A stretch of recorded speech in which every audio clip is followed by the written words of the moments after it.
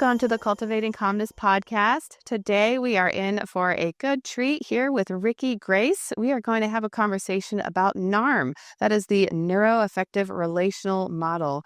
And Rikki actually talked with me and presented at a mental health professionals luncheon several months ago about this very topic. And so we wanted to have her in to share with all of you a little bit about this. But first, a little bit more about Rikki. She is an LPCC-S like myself, so a counselor supervisor. She owns and operates her own counseling agency called 𝗏𝗏𝗪𝐶𝑜unseling, located here in Columbus. She comes from many years of counseling in different areas, such as addiction, foster care, and corrections, and finally has settled in her own private practice where she has been working with trauma and everything kind of associated with that using NARM. So without further ado, welcome, Rikki. Thank you. Glad to be here. Yes, thank you so much for coming in and taking the time to do this. What got you started in just counseling in general? Let's just start there. I had applied to a seminary to be a pastor. Okay. My ex-husband was a pastor. We had planned to work together. And as I was getting ready to start that program, I realized that the part of it that I really wanted to do was talking with people in the congregations and seeing how they wanted to fit in the community. We have different roles that people could do, but really helping people feel more of a sense of belonging and support people in that way. And I realized there was a way to do that that was specific to that rather than, a job that could potentially include that. And so the seminary that I applied to actually also had a counseling program. So from the time that I applied and was accepted, I changed my mind. And then went into a different program. And I'm so glad that I did. I love the work that I do, and it's a very good fit. Well, that's good. Yeah. Yeah. So eventually, through all of the different kind of roles you've had in your career, you have kind of settled into private practice and you got into NARM. So can you tell us a little bit about what NARM is to begin with? Absolutely. And I found NARM when I had been practicing for a few years. I was working in addiction treatment at the time, and I realized that there was this piece missing from my training. I didn't have anything specific in trauma. And as I was moving out into different workplaces, I'm hearing more about somatic experiencing and different trauma modalities. And I had planned to take the SE training. But then a friend of mine had already signed up for the NARM training. They happened to have one in Columbus. It had just started. I read the website and I said, well, this is exactly what I was looking for. I did not know the difference at the time between shock trauma or the classic PTSD diagnosis that exists in the DSM and complex trauma, which is what I actually work with now. So even just reading the website, I thought, well, I didn't even know this was an option, but this is the option I want. So I started that training in 2017. It went through 2018, and then I joined the training team right after that, and have been enjoying learning and relearning and deeper learning this time. So it's my understanding that NARM is a relatively newer modality. Yes. So did you come in pretty early? I did. The first training in the U.S. was in 2012. I believe they had been doing some trainings in Europe prior to that. I was in the third training in the United States, and they've had a couple, 2 or 3 every year since then. So yes, I was very early on in NARM coming to the U.S. Okay. So yeah, there's not many people here in the U.S. then who do that. Yes, it's definitely growing. The trainings tend to be full for the number of folks that they take each time. They have online, and usually there's one in-person option each year. And you happened to get in on the one that was here. I did. It was pre-COVID, and we were able to do things in person at that time. And it really felt like I just kind of stumbled into this thing that ended up being really instrumental in how I practice. Yeah. So I guess what makes NARM different from the other like you mentioned some of them, like the treatment modalities. So like SE or EMDR or IFS or like some of these other treatments that also work on trauma.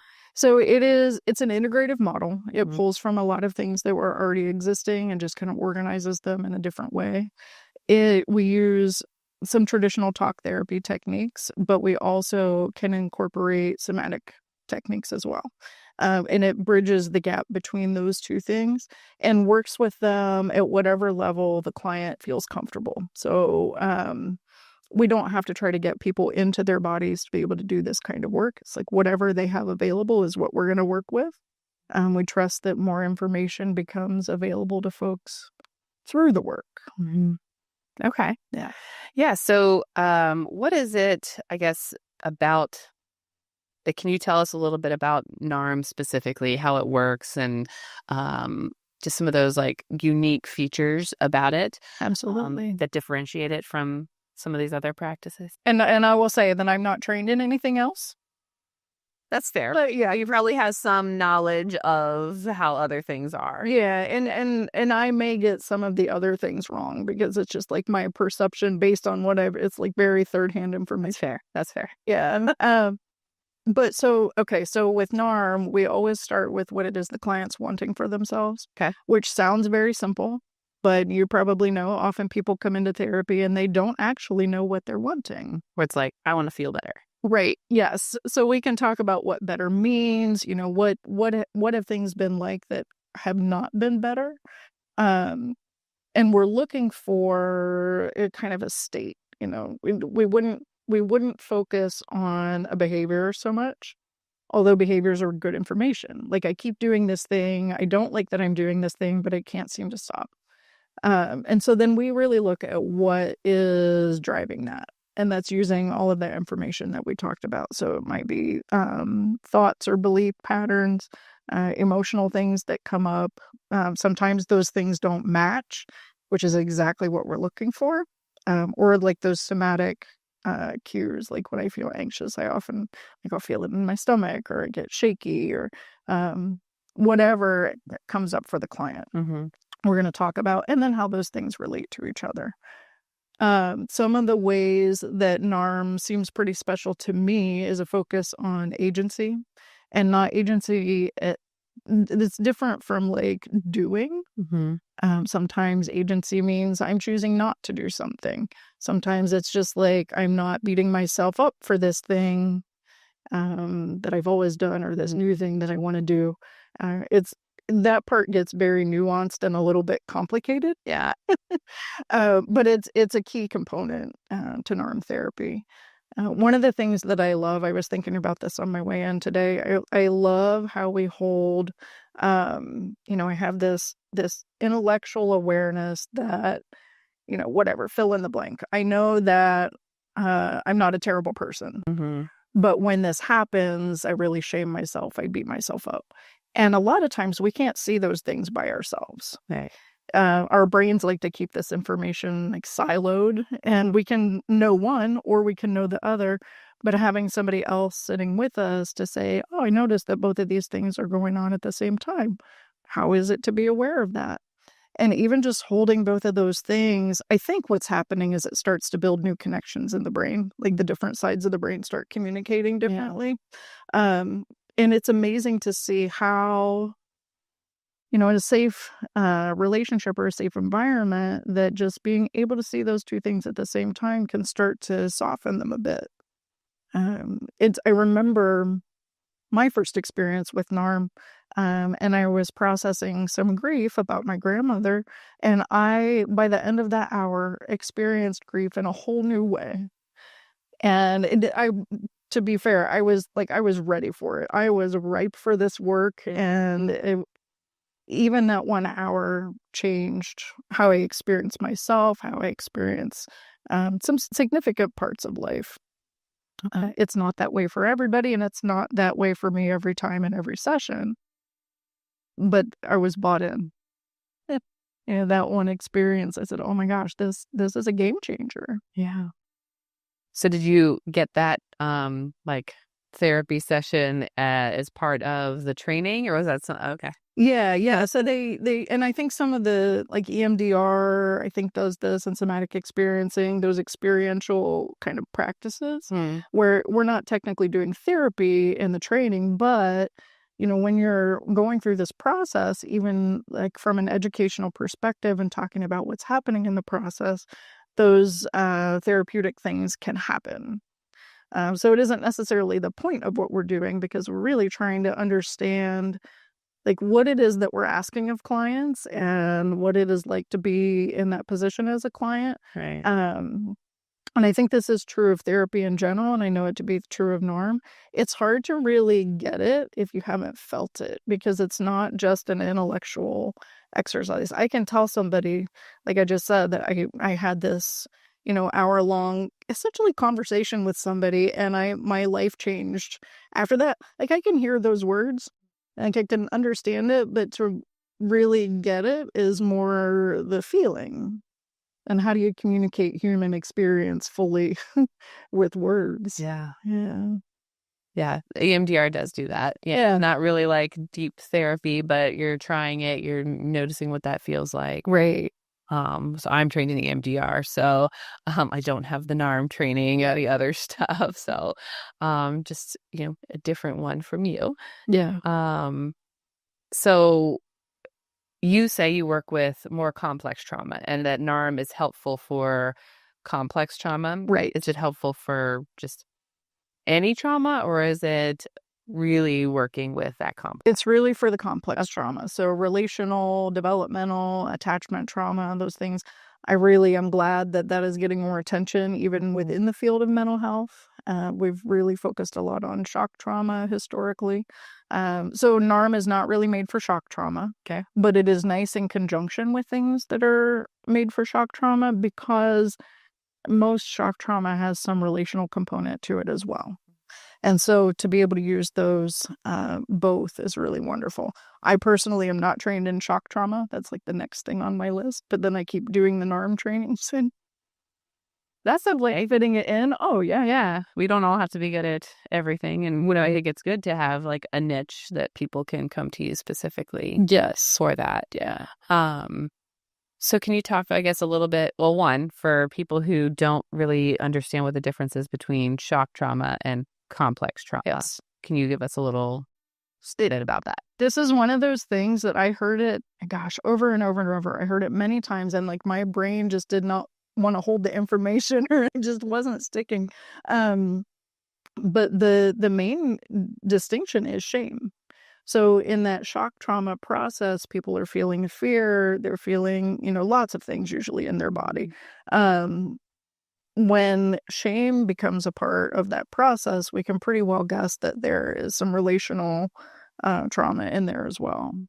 Okay, so like complex trauma is adding in the relational piece. Right. And oftentimes like complex trauma is viewed as, I wouldn't say lifelong, but more like something that has built on top of, many things that build on top of each other over time, versus shock trauma is usually like maybe one experience, right, one event. Yeah, it can happen certainly more than once, and the more there is, the worse it's probably going to feel. One of the things that I think is really interesting, I think there were studies done that showed that if people had earlier relational trauma, they're more likely to be traumatized by events.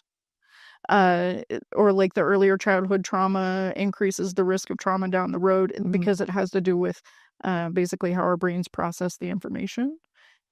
And if there's wounding earlier on, it makes sense that it would be more wounding later if that stuff is unresolved. Right. Yeah. And one of the things that I think is really important to know about complex trauma and the relational stuff is that some of it is very subtle. Things that are not only like culturally acceptable, but sometimes culturally celebrated, that actually impact how we experience ourselves. And so I remember my first job working as a therapist, I'd say about half of the people coming through the program would say that they had trauma, and half of them would say, yeah, my childhood was fine. What I've learned is that like nobody makes it through childhood and is just fine. Like literally no one. Right. And so it really broadened my understanding of what trauma is. And there's some pushback on that in the field. Like, if we call all of these things trauma, are we diminishing somebody else's experience? I don't think so. I think we're actually really limiting things if we don't broaden that definition, and then we're left with our suffering and feeling like there's nothing we can do with it. Yeah, no, I agree with you on that. I think I tend to make the joke that people will come in and say they don't have any trauma identified, and I'm like, well, I'll find it. We'll find it, right? But it's unique to that individual, right? So if one person's trauma is not another person's trauma, and that's a big conversation that I know I have to have with people, because you get those like, well, I know so-and-so has it much worse than me. Right? Like, that may be true. And that doesn't mean that your life isn't hard based on what you've experienced. Right. One person's bullying is not another person's bullying. And that's why two different people can walk away from the same event having a totally different experience. Absolutely. So I'm with you on that. And I feel like, everybody has some kind of trauma. It's just going to be different in how they were brought up, how it was treated, how they got help or didn't get help, and all kinds of factors. We can't just say one thing. Yeah. Okay. Well, so what would you say are like the core principles like that are key to NARM? So in the practice of it, I would say that consent is huge. When we talk about what the client's wanting for themselves, I let them know, like, if we start down this road and you say, you know what, I don't actually want to go there, then that's fine. I'm totally okay with that. Like, saying yes now does not mean saying yes forever. And that focus on the agency, even within the process, is huge. So the consent piece is big. The client's agency is part of that, and the relational component of therapy. How do we do therapy with somebody if we don't feel safe enough?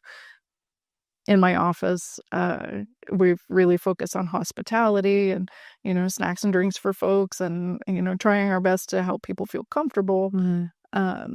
So that if we're not safe on the outside, how are we going to feel safe on the inside? Right. Although with trauma, sometimes we're not safe on the outside, but that feels very familiar and comfortable. Yeah,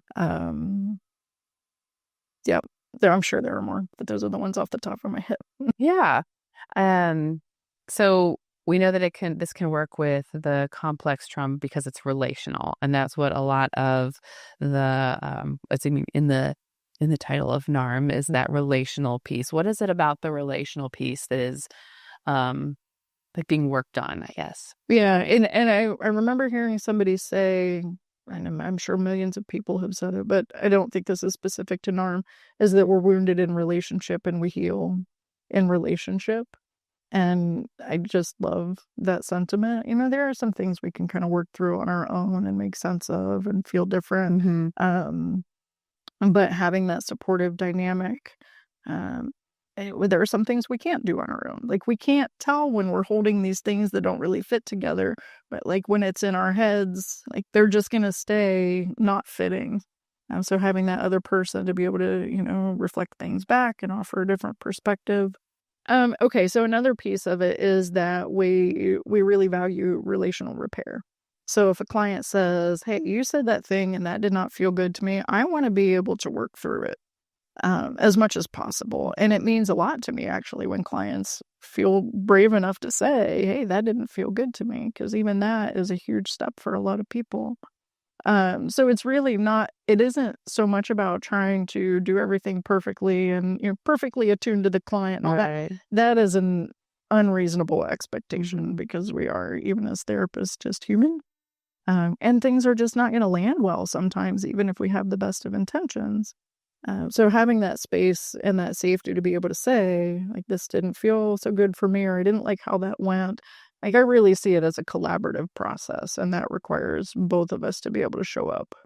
And actually, this is a pretty important principle of NARM too, is through the training, we really focus a lot on the therapist process. We talk about countertransference, like, what do we get triggered about, working through that so that we can be more present with clients, but also just so we can have our own more safe and more comfortable experience. Like, from an educational perspective, this was drastically different for most of my other educational experiences. I actually worked through a lot of my own educational trauma of that, like doing something in front of people, like practicing in front of a group. And I remember, growing up and having to do class presentations and all of that. To be able to even do those things in a safe place was really reparative. Okay. Yeah. So we're not like back to the therapeutic piece of Right. it isn't just about having a perfect relationship. It's how do we talk about these things and process it? What's getting triggered with each of us relationally in this process. And I'm not going to tell my clients like you did this thing and it was triggering to me. I'm going to say, hey, person that I consult with, I got triggered in session and I don't want to work through that. Yeah, so there's just support in all of these different directions. Right. When somebody comes in with, diagnoses, as they do when they come to see us, anxiety, depression, PTSD, etc. How does NARM and how do you use NARM to address the symptoms and the things they're coming in with? So a lot of times what's happening is folks come in and they say, I have these symptoms or I have this diagnosis and I want to feel better. And so we look at the specific things that they have going on. And if that specific thing were different, like what would that be like for you? This is the part of the what do you want for yourself?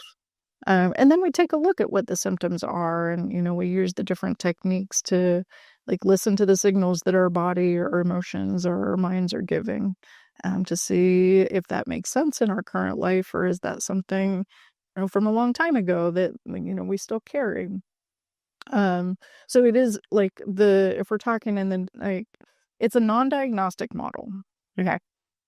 So we talk about the different survival strategies that people have. It's basically like developmental stages. Kind of loosely defined. Like there is a timeline, but it's not as cut and dry as that because one developmental stage leads into the next. And so it is thinking about like the Enneagram where these are like distinct categories. Like it looks kind of like that, but it isn't really like that. That's just an easier way to teach than to say we have all these things and they mix together. Yeah, it's like we learn the different stages and then we understand the nuance of it. That said, a lot of the clients that I get are in that kind of neurodivergent realm. I work with a lot of folks who have autism and ADHD, bipolar disorders, borderline personality. Like that is my favorite. I don't like that group of things. Yeah. I do a lot of that kind of work. But like I said, NARM is not really designed for PTSD. It's also not great for active psychosis because of the agency piece. Like if somebody isn't reasonably like grounded in reality, then it's not going to be as effective. Right. Even though we can use still a lot of the principles about consent and looking at agency. Yeah. So the agency piece is it's the what do you want to do with this? What are you trying to get out of it? And is that a session to session thing? Whereas like so EMDR, it's like I want to work on this car accident or something that I experienced. And so we may start in a session, but if we don't finish, we're going to pick that back up the next session. We're not going to be like, well, we didn't finish, but where are we today? Yeah. That's an option, I guess, but it's not, as recommended. Yeah, that makes sense. So NARM you can do however the person wants to handle it, and I let people know that on the front end. We may talk about the exact same thing every time you come to see me. That's okay with me. Sometimes people worry about me getting bored. And so far that's not been an issue. Or, it may be different from one time to the next, and that's totally fine too. I do notice that, some of the folks that I worked with, we worked together for years, and there are these common themes that come up. And really, like, we're all human beings, and so there are common themes even from one person to the next. We all generally want more internal quiet and peace and a sense of our freedom and, we have more connection with people. That is a lot of the work that I do. Yeah. So it does sound like you're really trying to take a moment that they can recognize or bring to session, whatever that is, whether it's a present or a past experience, then you're kind of taking that and saying, well, what do you want to feel? Where do you want to be? Right. Where are we now? And you're trying to bring those two kind of together then and into a better place. Yeah, sometimes they come together. And sometimes we find that what we're wanting for ourselves maybe isn't available or isn't even what we want anymore. We've just believed that we've wanted that, and now we're going in a different direction. So sometimes, we're kind of softening the things that get in the way of what we want, and sometimes it's like processing the grief or the anger, the frustration about like what I want really isn't available to me. Mm-hmm. So you said you really like the like borderline bipolar. I say I worked in inpatient when I first started. So we did see a lot of those diagnoses, usually the extreme versions because they've been hospitalized. So I definitely have a insight into what that might be like. As far as like in a private practice setting, I don't see many people that come in with that diagnosis currently. So what makes those clientele unique for you, and why do you feel like you like resonate with them, especially like using NARM with them? Yeah, so some of it has to do with the particular survival styles. It's like some of these themes show up in for folks who end up with those diagnoses, those themes are a part of it. And some of them are familiar for me, like it's stuff that I have experienced myself. And so I have some of that like personal familiarity with it. I also worked, like you said, I worked in addiction treatment. And so these were really common there. And so like I just have so much compassion for the struggles of all of that and can relate to it on a personal level. And I have some sense of what it's like for those things to start to soften and how different life can feel. And feeling more aliveness and more like being in charge of myself and not just like at the whim of whatever the environment is doing. And so those are all near and dear to my heart. Yeah. So I don't know, this question just kind of came to me, but do you know much about DBT? I know a bit, yeah. So a lot of times DBT is recommended for like borderline personality disorder. So, where do you see some of those, like the differences in between, like how you would treat with NARM versus how they may treat with DBT? And my understanding of DBT is that a lot of the skills help to create a state change. So I'm going to do these things and then I'm going to feel different. And NARM is not so much about doing, but it's like how we're relating to our experience and we're building that internal capacity to self-regulate. So I really like working with clients who have a background in DBT because I know they have some skills for regulation. I think it and NARM work really well together. And I'm not trained in DBT, so it's nice when they've picked things up other places that they can also use. I don't think that they're like opposed to each other. I think they can work well together.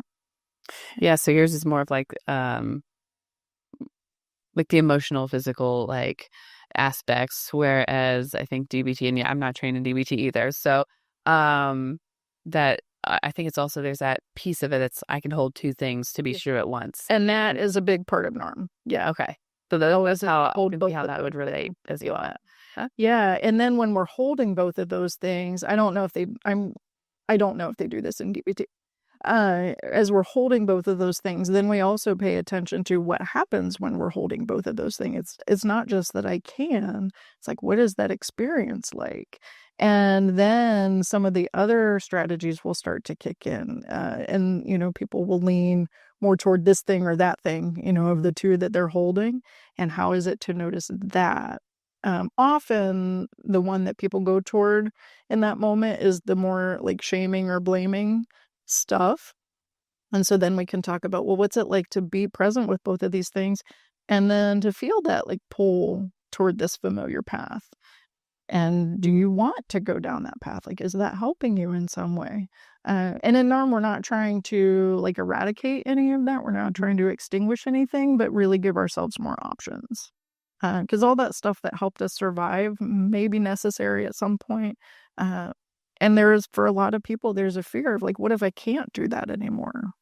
Right. But when we're in this more healed place, it's like we have access still to our survival stuff. Right. That's not going to go. That where our survival isn't overactive. And I think that's what we experience with our clients is that it's hyperactive, not in the attention piece, hyperactivity piece, but just that I'm overreactive to stimuli. So when somebody talks to me with a certain tone, I am immediately reactive to it versus I can differentiate between that tone and a slightly different tone. Yes. Yeah, I can stay more in that curious place of, oh, I noticed that their tone is like this, and I don't necessarily immediately jump to a specific interpretation.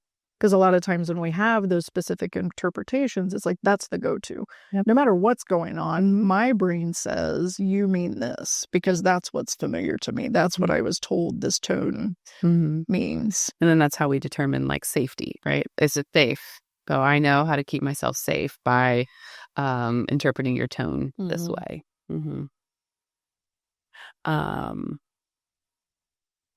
So are there specific like techniques that you use within NARM that are helpful with some of this like integration that we've been kind of talking about? Yes. And there's a whole year-long training. Because there are so many. And like each of the interventions is, its own technique. And it's like we learn the different interventions, but then like the maybe more difficult thing is learning like when to use what. Yeah. But we're also not necessarily shooting for perfection because however a person responds to what I say is going to be really good information for the process. As far as like more like a DBT kind of techniques, it's really, there aren't like exercises that we do. I don't assign homework ever. And now a part of that is like homework as a part of NARM. Some of it is like my own educational stuff. Or like I refuse. I won't do it. Yeah, so the specific, I guess, techniques are more like ways you would ask questions and how you interpret information. It's not necessarily like a homework sheet or a type of strategy or like eye movements or whatever. Right. Yeah. Now, and we're not like asking people to do particular eye movements, but I do pay attention to how people's eyes are moving. One of my favorite therapy moments is when people are processing something and they see their eyes moving around because I'm imagining that that's like accessing different parts of their brain. And it's just, I find it all to be very fascinating and just like how we work and how we heal. And, I believe that we are like self-organizing. We are self-healing systems that our nervous systems want to go in that direction.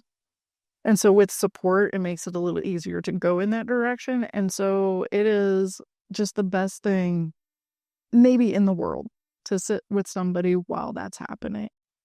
It makes me emotional. So yeah, like there's no like training or anything on like the eye, like the movement of the eyes within NARM, but that's just something you've personally noticed and feel like kind of drawn to and curious about. Yeah, we talk about like all the nervous system stuff and how, we use our eyes for different things and we're tracking what's going on and when things are changing in a person's nervous system and changes of expression or like the energy in their voice or like we talk and we joke in the training about the NARM sweats. It's like when you're processing something and all of a sudden like, oh my gosh, it's so hot in here. That's a thing just to expect. Okay. Yeah. Have you heard of brain spotting? I have heard of it. Yeah. So that may be something that's interesting to, just to add more trainings to her. Right. I would love to experience it as a client, actually. It sounds very fascinating.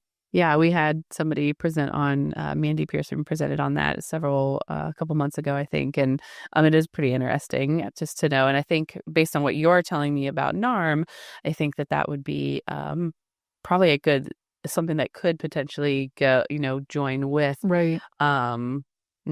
Yeah. I am so fascinated by things like brain spotting and EMDR. Like, how did somebody figure that out? Right. And I know it's a thing that develops over time. Do you know the story behind it? Yeah, you are, and I would love to hear. I don't remember if there's one for brain spotting. There probably is, but with EMDR, what is her name? Shapiro is the last name. I guess the story was she was walking along like a path, along the lake, and she noticed, like she was like thinking about something, and she was like kind of scanning, like in front of her, like this back and forth. And as she did that, noticed that she was like calming down, like settling him. And so I guess that's like the story of how it started, was she realized that she was processing, and in the movement of her eyes, that she had actually like sped up or helped in that processing. And then it kind of went from that. That's incredible. I love human curiosity. Yeah. Right. And noticing. Yeah. Yeah. So, like, I think there's lots of modalities that can go hand in hand where you don't have to do just like one solid thing. So I know you're trained in NARM, and you said like that's kind of the only big thing like you're trained in. I think many clinicians, I don't know, I can't say for you, but like we're all trained in CBT, like we have like the basis. But do you find that you like do things other than NARM with clients? It only a very little bit on purpose. I'm sure I know that I do things that are outside of NARM. And this is kind of like in my pre-NARM life, that question people ask all the time is, what kind of therapy do you do? And, when you're going to a job interview, usually job interviews, and I would say that it was eclectic, but I think it was really more intuitive because it wasn't like I was intentionally pulling from different modalities. I was just doing what made sense to me at the time, and that I wasn't trained in anything specific in grad school. It was like a big intro class. Yeah. And I had, like 2 classes where we actually did anything that was really like therapy. We did some role play stuff outside of that. So I got some specific training in group therapy, but it was, just from that professor's perspective. So anyway, when I found NARM, I'm like, oh, this is a thing I can do on purpose. And it was so aligned with how I was practicing intuitively, but it gave me some structure, and like I could really look at my own stuff and how that might be influencing what I'm doing that might not be so helpful for clients. So I've worked professionally, like a lot of colleagues of mine use somatic experiencing. And so I've picked up just some of their stuff for self-regulation, which is really helpful when it seems like there might be some shock trauma stuff coming up for the clients that I work with.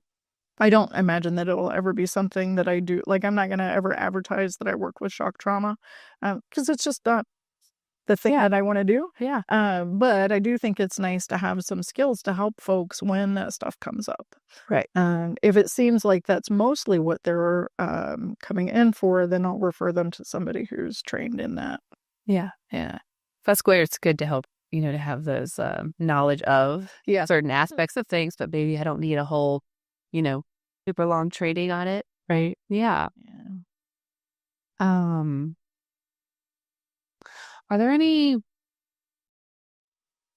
what are your favorite parts, I guess, of NARM? I don't think I've asked that, or you said that. My favorite parts, that's a good question. I love the consent piece. I have been on the client end. I've been in some therapy where it seemed like the therapist had an agenda, like they were trying to get me somewhere, and that did not feel good to me. Like, it was very clear to me that there's something that they're thinking should happen that I'm not comfortable with. And I even had an experience where I tried to bring that up relationally, and it didn't go well. So like, okay, I don't want to do that. Kind of do that to folks. And so that relational consent piece and the agency is so important to me. I'm not here to try to make people do something. Like, if everybody functioned like me, the world would fall apart. I know this, and I'm okay with that. I can be a part of the whole, and that's great. But really, it's like seeing people experience life in a different way, but also feeling the kind of connection that comes with like holding that space for folks, and like the amount of trust that it takes to cry in front of someone or even just have an emotion in front of someone. It's incredible to me. Yeah. So I guess it's like the experience of therapy and the experience of NARM is my favorite thing. Yeah. And it sounds like just the people being willing to open up to you and trust you. Yeah. With these really vulnerable and private pieces of their life. Yeah. Yeah. Are there any like last like things that you feel like are super important to share about NARM that I haven't asked about? It's a great model for therapy and it's an incredible training. How long is the training? So it is 3 modules. I want to say that they have different levels of the training. Level 1 is more like just education, theory based. I don't think you have to be a practicing therapist or in school to be a therapist for level 1. Level 2 is the clinical training. So it is for people who are either in a master's program or who have a master's degree in a therapy related field. Level 3 is their master's training, and that is more focused on the therapist process. And we get into some of the like personality disorder dynamics. And again, non-pathologizing, we talk about all of that, like every diagnosis, all of those experiences, really it's a spectrum. And we have many traits of many things. We just happen to categorize things in a particular way.